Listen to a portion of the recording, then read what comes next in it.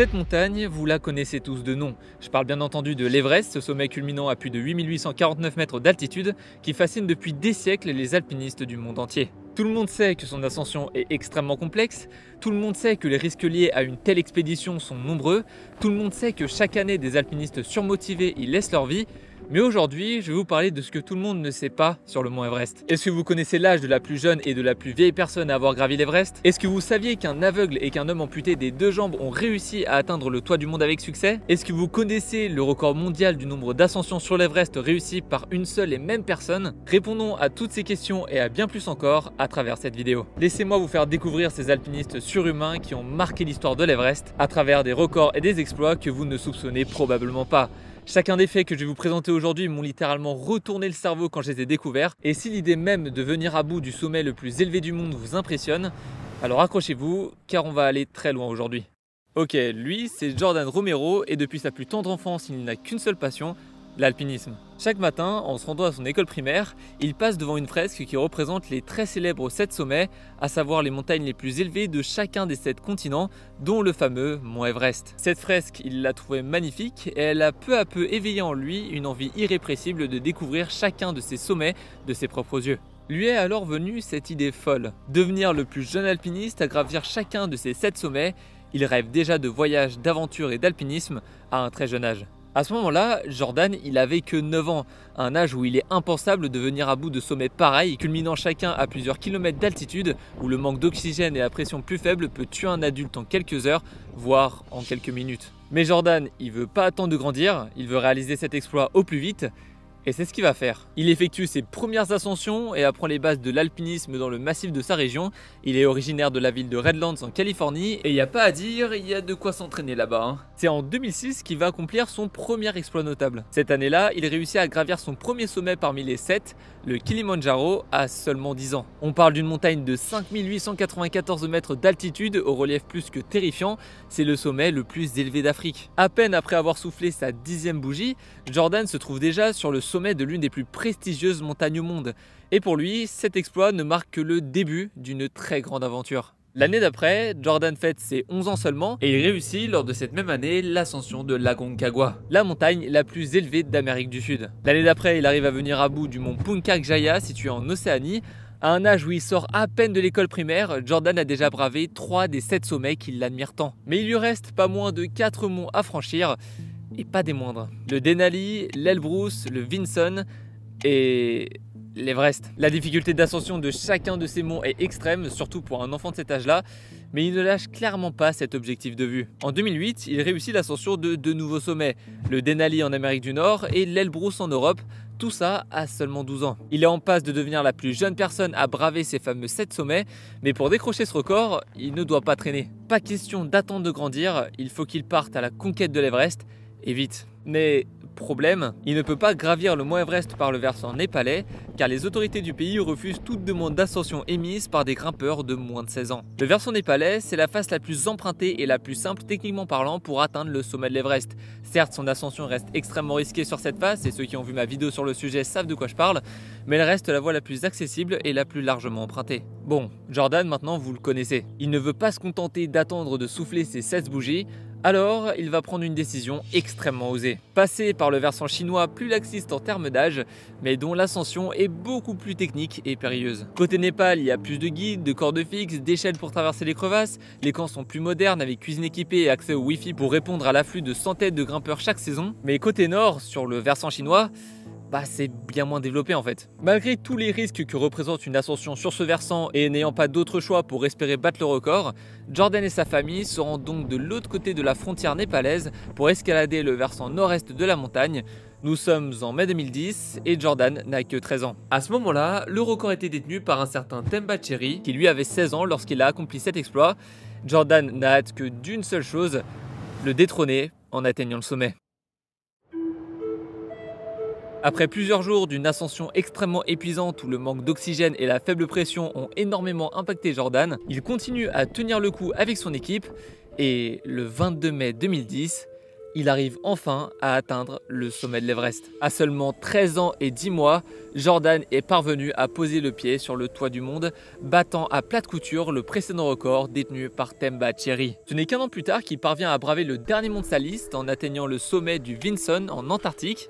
Et c'est à l'âge de 15 ans, 5 mois et 12 jours que Jordan Romero est officiellement devenue la plus jeune personne à avoir gravi les 7 sommets. L'histoire de Jordan, c'est celle d'un vrai prodige, celle d'un enfant qui a osé suivre son rêve et qui a été soutenu pour le réaliser.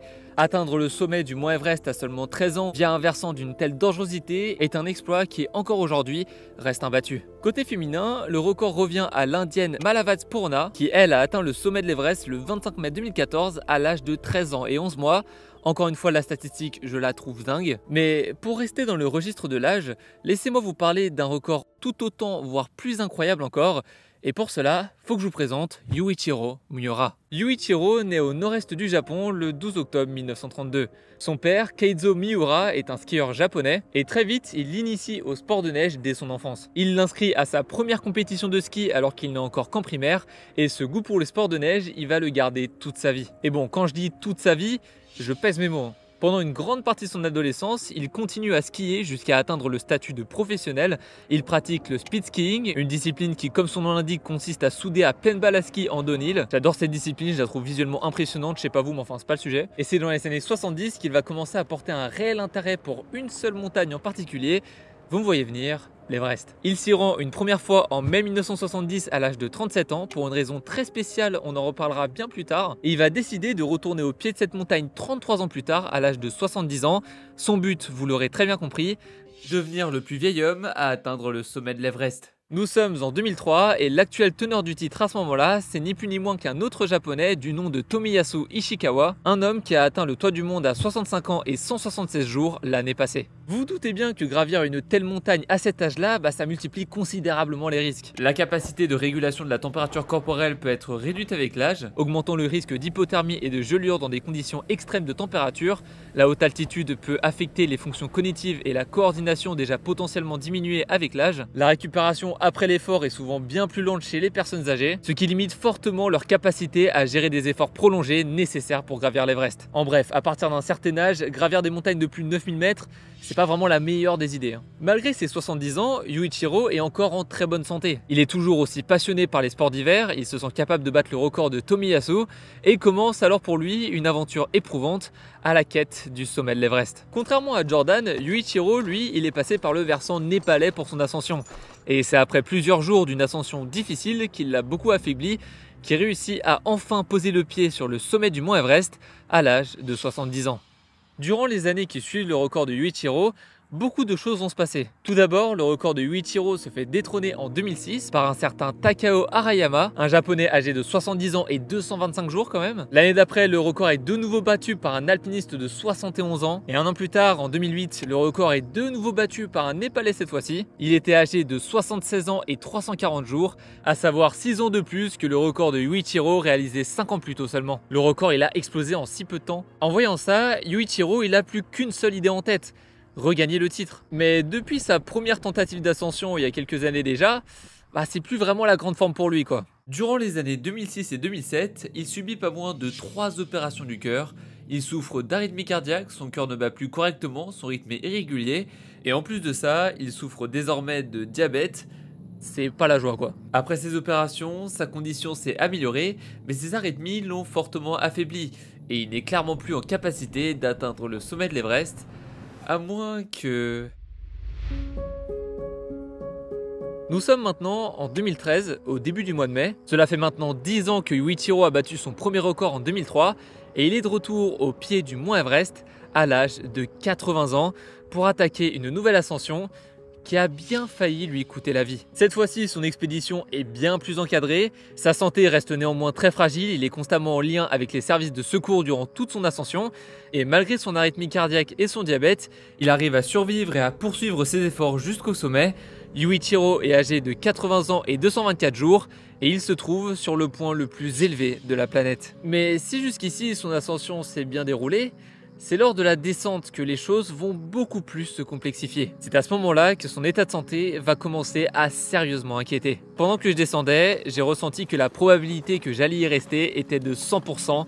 120% même. À plus de 8000 mètres d'altitude, Yuichiro se fatigue dangereusement. Le manque d'oxygène, la pression plus faible, son âge élevé et ses problèmes de santé ne lui laissent presque aucune chance de s'en sortir. S'il continue à descendre de cette façon, il ne s'en sortira pas. Il faut organiser un plan de sauvetage d'urgence pour le redescendre en toute sécurité. Le problème, c'est qu'à une telle altitude, il est impossible de lui envoyer un hélicoptère de secours. Yuichiro n'a donc pas le choix. Il doit avancer coûte que coûte pour survivre. Alors, il puise dans ses dernières ressources. Il réussit à atteindre les 6500 mètres d'altitude presque par miracle. Un hélicoptère est envoyé pour le récupérer à cette altitude et finalement, Yuichiro s'en est sorti sain et sauf. Maintenant, la question qu'on a en droit de se poser, c'est est-ce que son record a quand même été homologué? Officiellement, la réponse c'est oui.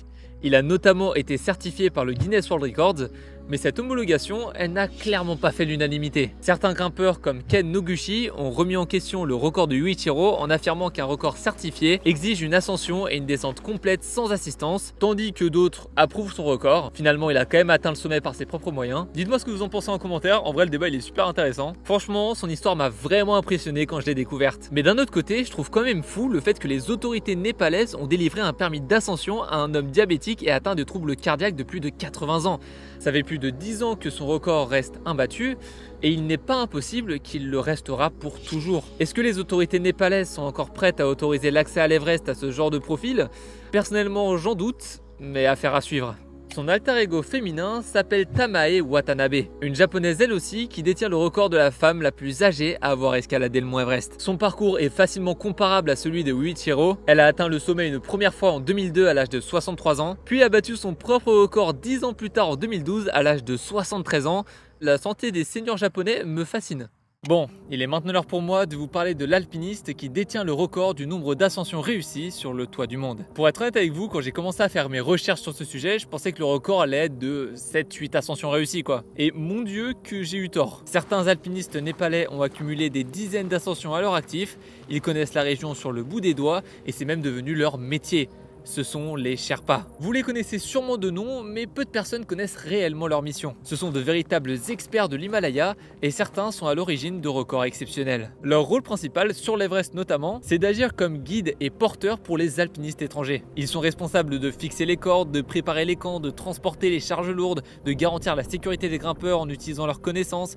En bref, ce sont des véritables couteaux suisses de l'Himalaya. Leur connaissance, leur expertise, leur gestion des risques et leur sens de l'orientation est absolument nécessaire pour le succès et la sécurité de la quasi-totalité des expéditions en haute montagne. Imaginez grimper un sommet abrupt de 8849 mètres avec une charge de plus d'une trentaine de kilos sur le dos, ça nous paraît insurmontable, mais c'est leur métier. En bref, sans eux, l'ascension est bien plus rude. Mais aujourd'hui, je vais me concentrer spécialement sur l'un d'entre eux. Un Sherpa qui est peu à peu devenu une vraie légende à l'échelle internationale de par ses qualités et de son nombre d'ascensions réussies sur l'Everest juste colossal ces 20 dernières années. Cet homme, c'est Kami Rita. Kami est né au début des années 70 d'un père qui fut l'un des premiers Sherpas professionnels de la région de l'Everest. Il a donc grandi dans cet environnement toute sa vie et lui et son frère vont très vite reprendre le flambeau de leur père en s'intéressant eux aussi au métier de Sherpa. Il va commencer à opérer sur l'Everest très jeune en transportant des charges jusqu'au camp de base de l'Everest et petit à petit il va prendre responsabilité et commencer à guider ses premiers clients vers le sommet tant convoité. Sa première expédition jusqu'au sommet a eu lieu l'année de ses 24 ans en 1994. Ascension qui lui a permis de tâter le terrain et de mieux appréhender la montagne et ses reliefs. Et depuis cette année-là, il ne va manquer presque aucune saison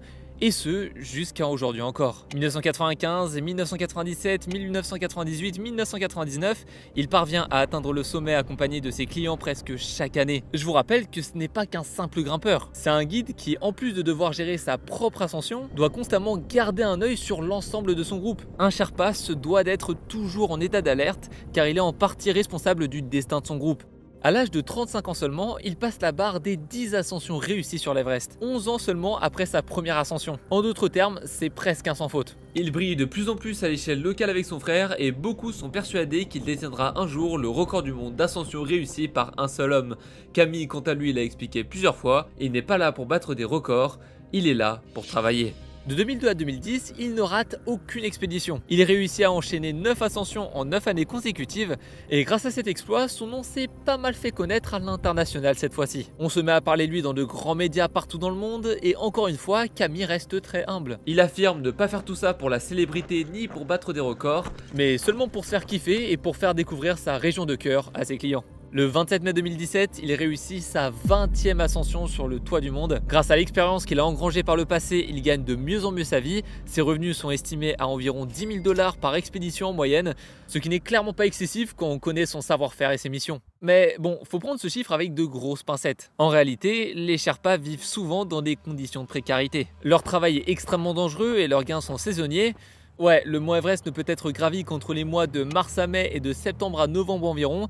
C'est clairement pas une activité rentable sur toute l'année. C'est l'un des métiers les plus précaires et dangereux au monde. Environ 40% des accidents mortels sur l'Everest impliquent des Sherpas, qui pour la plupart d'ailleurs ne possèdent pas d'assurance vie. Bref, revenons-en à notre Camille. Ce que je vous ai pas encore dit, c'est qu'en plus de sa vingtaine d'ascensions réussies sur l'Everest, il lui arrive aussi de gravir d'autres montagnes de plus de 8000 mètres de la chaîne de l'Himalaya, comme le Cho-Oyu, le K2, le Manaslu ou encore le Lhotse. Et avec le temps, son corps s'est adapté à la pression plus faible et au manque d'oxygène. C'est clairement devenu un homme des montagnes. Et c'est tout récemment, le 22 mai 2024, c'est cette année, qu'il a réussi sa 30e ascension sur le mont Everest. Faut bien se rendre compte qu'atteindre ne serait-ce qu'une seule fois le sommet d'une telle montagne est le projet de vie de centaines de milliers d'alpinistes dans le monde. Et Katirima, du haut de ses 54 ans, l'a bravé 30 fois. Je pense qu'on se rend pas compte de l'absurdité de cette statistique. Cet homme connaît le mont Everest sur le bout des doigts et maîtrise son ascension à la perfection. Peut-être qu'un jour il dépassera la barre des 40 ascensions réussies, qui sait. Bon, depuis le début de cette vidéo, je vous parle d'humains qui ont réussi à gravir l'Everest grâce à leurs 5 sens, leurs 2 jambes et leurs 2 bras. Mais ça, c'est clairement pas le cas de tous les alpinistes que j'ai à vous présenter aujourd'hui. Certains ont réussi à atteindre le toit du monde en étant aveugles ou encore amputés. Croyez-moi, chacune de leurs histoires m'ont vraiment marqué et il y a des chances non négligeables qu'elles vous marquent vous aussi. Ok, lui, c'est Erik Weihenmayer, un alpiniste tout à fait ordinaire. Enfin, à une seule exception près. Il a perdu la vue à l'âge de 13 ans. L'histoire d'Erik était celle d'un enfant totalement normal, sans problème de santé apparent. Jusqu'au jour où, à ses 5 ans, on lui a diagnostiqué une rétinochisis. Une maladie rare caractérisée par une séparation des couches de la rétine. Avec le temps, sa vue a clairement diminué, jusqu'au jour où il est complètement devenu aveugle. Face à ce triste constat, Erik s'est dit au fond de lui que finalement, il avait plus grand chose à perdre. Il vient de perdre l'un de ses plus précieux sens et il a cette impression qu'il a déjà tout perdu.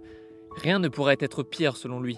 Malgré ce constat difficile, il ne veut pas considérer cette perte de la vision comme une fatalité, il veut d'une vie sans barrière. Durant son adolescence, il s'inscrit dans une sorte de centre aéré spécialisé pour les adolescents aveugles qui vise à leur faire pratiquer des activités diverses et variées. Il s'y sent extrêmement bien car pour la première fois depuis de nombreuses années, il peut enfin pratiquer des activités physiques à nouveau. Il fait la rencontre de jeunes qui se retrouvent dans le même cas que lui, il a enfin des amis qui comprennent vraiment ses problématiques, et ça va beaucoup l'aider à garder la tête haute et à continuer de rêver grand. Parmi toutes les activités proposées par le centre, il y en a une qui l'intéresse tout particulièrement.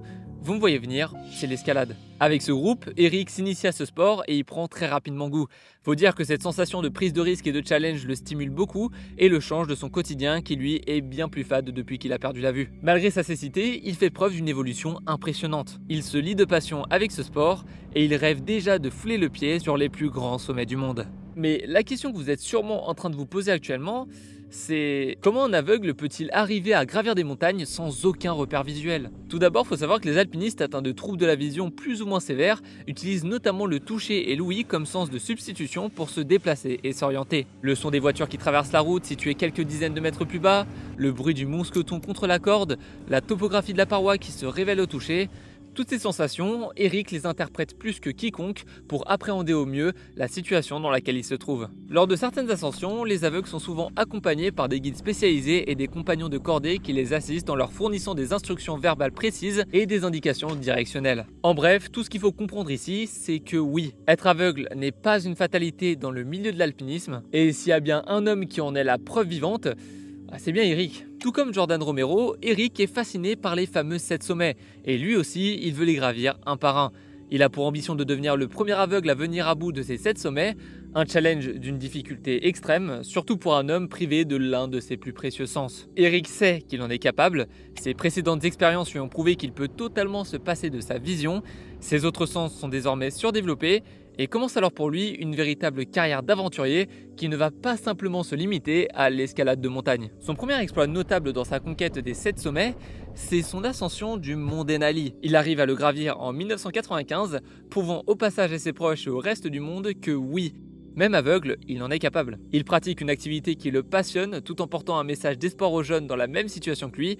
En bref, c'est que du positif en fait. Et pour bien que vous vous rendiez compte de la difficulté qu'une telle ascension représente, faut savoir que sur le Denali se trouve le glacier Kahiltna. Il est constamment en mouvement, surtout en journée avec l'évolution de la température, et lorsqu'il bouge, un réseau complexe de crevasses géantes se forme que les alpinistes doivent négocier tant bien que mal. Certaines crevasses sont cependant très bien cachées, parfois même indétectables, même pour des alpinistes qui ont une vue parfaite. Et me dire qu'un alpiniste entièrement aveugle a réussi à braver cette partie de l'ascension, franchement, ça m'impressionnera toujours. Alors évidemment, il était encordé et accompagné, mais quand même. 6 ans plus tard, en mai 2001, après plusieurs années d'entraînement, de perfectionnement et d'ascension de différents sommets continentaux, Eric se sent enfin prêt à affronter l'Everest. Personne n'a encore réussi l'exploit et de par son expérience, Eric est persuadé qu'il en est capable. Mais ce dont il est aussi persuadé, c'est que la route risque d'être extrêmement difficile. L'une des parties les plus difficiles de toute la montagne se situe juste au-dessus du camp de base. J'ai nommé la cascade de glace de Khumbu. Cette cascade de glace, comparable au glacier que je vous présentais plus tôt, glisse lui aussi lentement en journée le long de la vallée du Khumbu, créant un paysage en constante évolution constitué d'énormes blocs de glace pouvant atteindre la taille de petites maisons menaçant de céder à tout moment et de crevasses parfois si épaisses qu'il n'y a pas d'autre choix que d'installer des échelles pour les traverser en sécurité. Imagine maintenant devoir traverser une crevasse d'une profondeur dépassant les 20 mètres sur une échelle très peu stable et glissante, le tout sans aucun repère visuel, uniquement en utilisant le toucher ou encore l'ouïe. Moi, je tenterai pas le coup personnellement. Mais malgré tous ces défis, Eric arrive à braver cette cascade de glace encordée avec son équipe. Il a réussi par ailleurs toutes les autres étapes constituant l'ascension et c'est le 25 mai 2001 qu'il arrive enfin à poser le pied sur le sommet de l'Everest. C'est le premier homme aveugle à se tenir debout sur le toit du monde et à défaut de ne pas pouvoir apprécier la vue, Eric a transmis à des centaines de milliers de personnes aveugles ce jour-là un message d'espoir. Même avec le handicap, il est bel et bien possible de réaliser de grandes choses. L'année d'après, en 2002, sa success story continue de plus belle. Il devient le premier grimpeur aveugle à avoir bravé chacun des 7 sommets, mais son implication et son goût pour l'aventure ne se limitent pas à l'ascension de montagne. Il a par exemple traversé le Grand Canyon en kayak sur une distance de plus de 450 km. Il a écrit plusieurs livres, il est passé sur les plateaux de certains des plus grands médias du monde. We're going to interview Eric Weihenmayer, who climbed the highest mountain in the world, Mount Everest. But he's gay. He's blind. En bref, cet homme je trouve tout autant fascinant qu'Arunima Sinha. Arunima, c'est une athlète professionnelle en volleyball. Elle est excellente dans ce domaine et elle est reconnue dans son pays pour ses performances dans ce sport. Mais le soir du 12 avril 2011, sa vie a tragiquement basculé.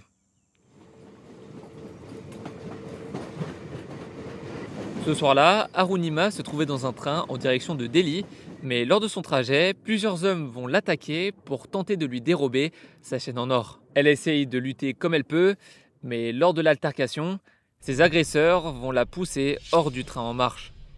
Elle est tombée sur la voie ferrée et pour ne pas arranger les choses, un autre train arrivait dans la direction opposée au même instant. J'ai résisté et ils m'ont poussé hors du train. Je ne pouvais pas bouger.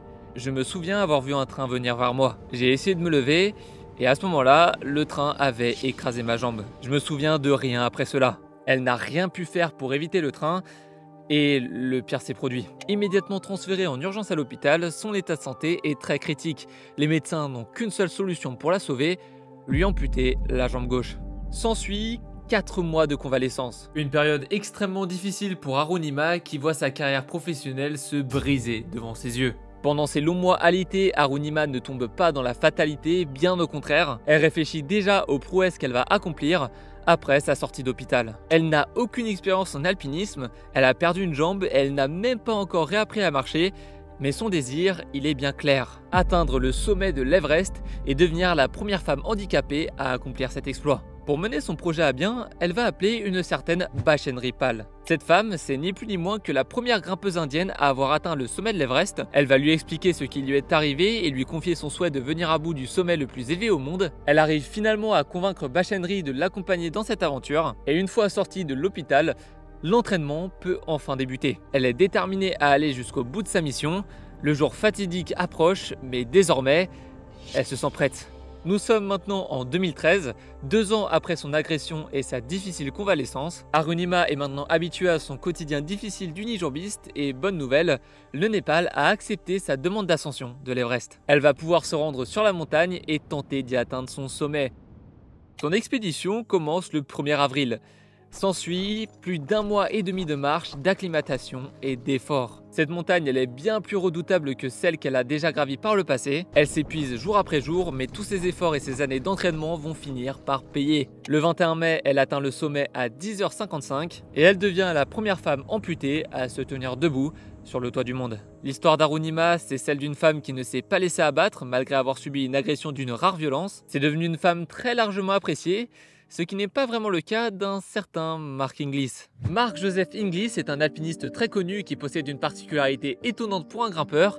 Il a des prothèses à la place de ses 2 jambes, mais ça n'a pas toujours été le cas. Nous sommes en 1982 quand Mark et son compagnon de cordée Philippe Doul se mettent en tête de réaliser une expédition sur le mont Cook en Nouvelle-Zélande. Les 2 hommes sont en très bonne santé et l'expédition se passe bien jusqu'à ce que...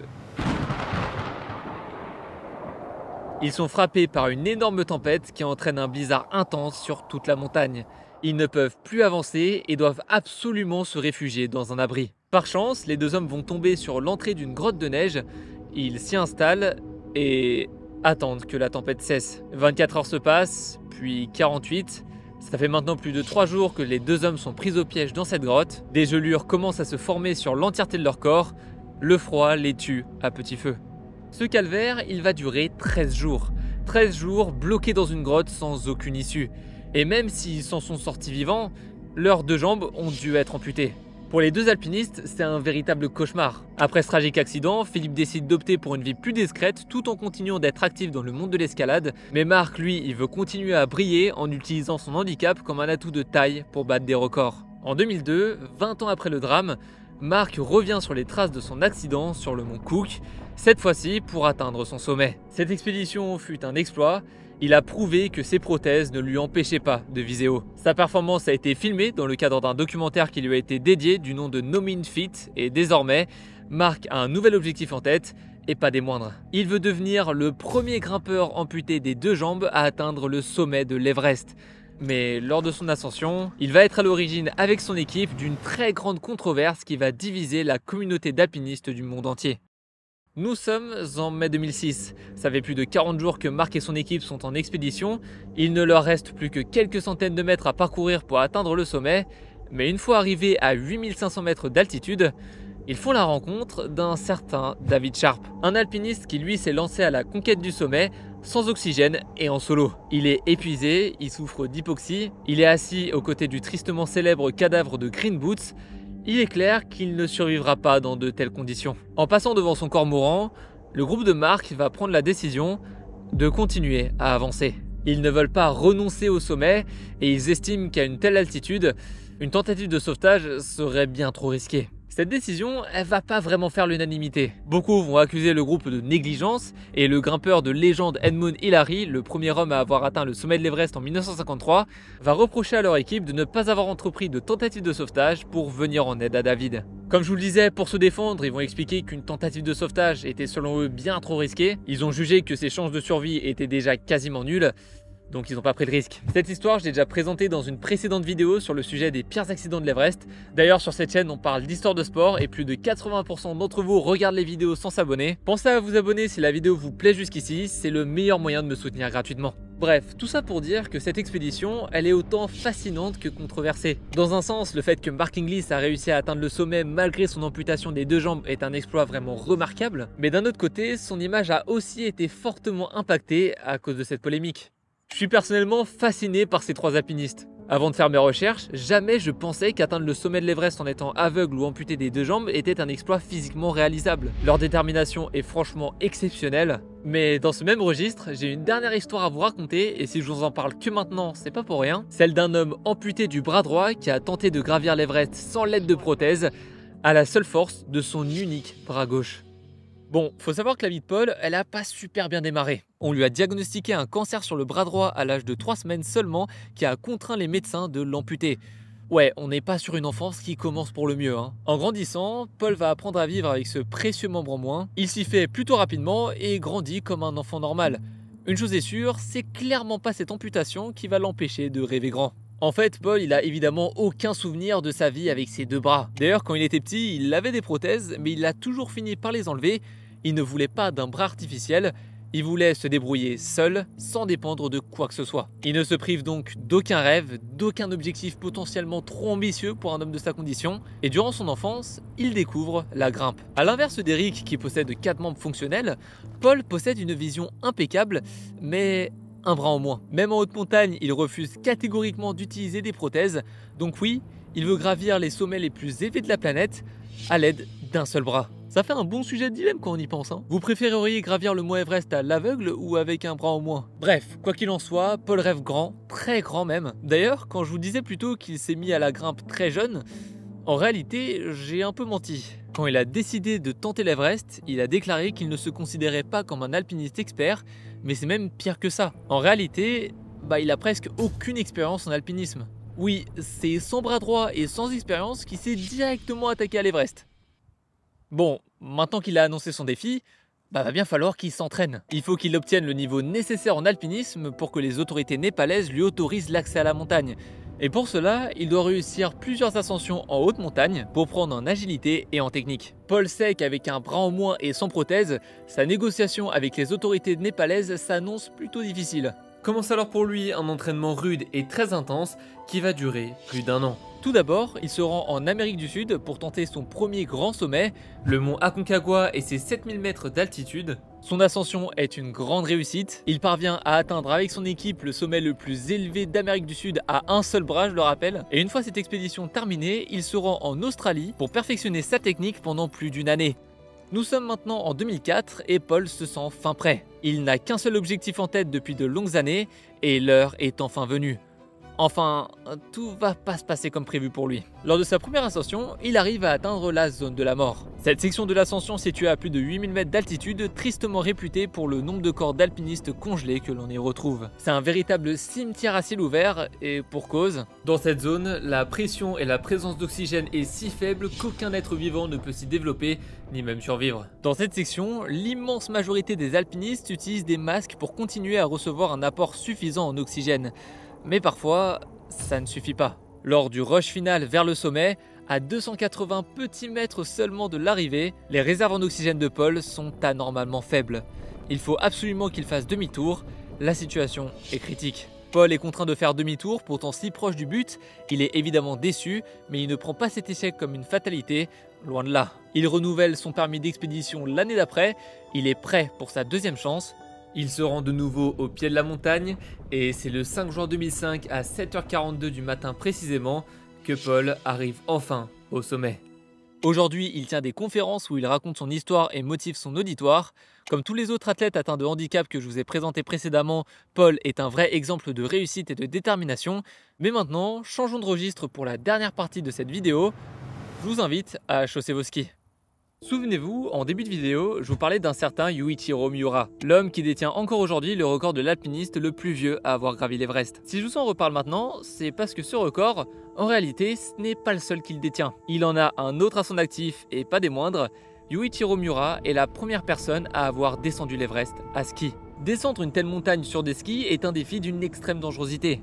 Pour réussir cet exploit, il doit à la fois supporter la pression plus faible, le manque d'oxygène et les températures souvent inférieures à moins 30 degrés, tout en dévalant les pentes vertigineuses de l'Everest qui elles sont parsemées de dangers naturels comme les crevasses, les avalanches et les séracs instables. Clairement, c'est pas une activité pour débutants, vous m'avez bien compris. La technicité du ski dans un environnement aussi inhospitalier demande une expertise extrêmement poussée. Avec de telles conditions atmosphériques, de relief et de température, la moindre erreur, elle peut être fatale. Si tu te lances sur les flancs de l'Everest à ski, croise bien les doigts pour espérer ne pas tomber sur la route d'une crevasse ou encore d'un sérac.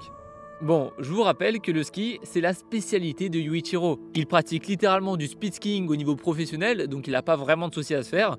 Il maîtrise ce sport à la perfection, mais son défi ne va pas se passer comme prévu. Nous sommes le 6 mai 1970 et c'est le jour J. Il est temps pour Yuichiro de faire ses preuves. Il s'apprête à entamer une descente qui rentrera dans l'histoire de la conquête de l'Everest pour toujours, peu importe l'issue de sa performance. Pour sa première tentative, il ne part pas directement du sommet à plus de 8849 mètres d'altitude. Son point de départ est fixé 1000 mètres plus bas, à une altitude de 7900 mètres. La première étape de son défi est donc d'atteindre ce point de départ, ça commence fort, et une fois arrivé, il se prépare une dernière fois, admire avec peur et excitation cette pente gigantesque, et il y va. Hein. Sa descente commence plutôt bien. Il arrive à adapter sa vitesse grâce à un parachute qui le ralentit. Il se trouve sur une section plutôt raide qui lui demande une concentration optimale pour ne pas perdre le contrôle. Mais en bref, tout se passe bien pour le moment. Il arrive à skier sur près de 2000 mètres de dénivelé, un exploit déjà remarquable. Mais c'est à ce moment-là qu'il commence à perdre le contrôle. Yuichiro va de plus en plus vite, sa vitesse devient rapidement incontrôlable et même son parachute ne parvient pas à le ralentir suffisamment. Yuichiro ne peut plus rien faire pour ralentir sa descente et il se met à glisser sur le côté pour tenter de freiner au maximum. Il perd un de ses skis, il est propulsé dans tous les sens, mais peu à peu, il arrive à ralentir sa chute. Ce calvaire, il va le vivre sur plus de 400 mètres de dénivelé, jusqu'au moment où il arrive enfin à stopper sa chute grâce à un petit amas de neige. Il a eu énormément de chance car 70 mètres plus loin, une crevasse l'attendait.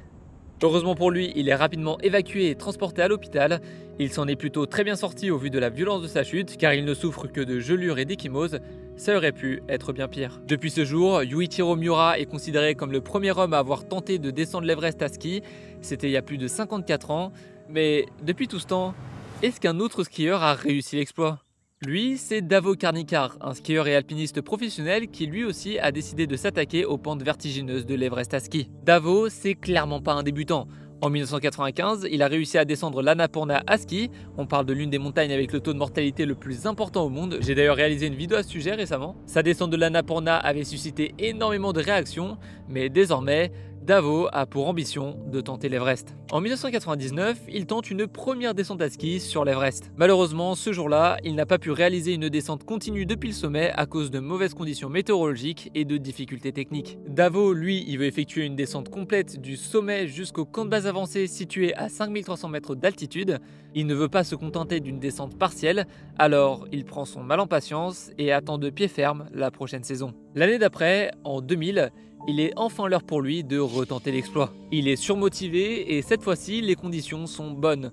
En bref, c'est maintenant ou jamais. Le 7 octobre 2000, après une préparation intense et plus d'un mois de va-et-vient sur l'Everest, Davo Karnikar commence sa première descente intégrale en ski depuis le sommet. Il débute sa descente à plus de 8849 mètres d'altitude à 8 h du matin.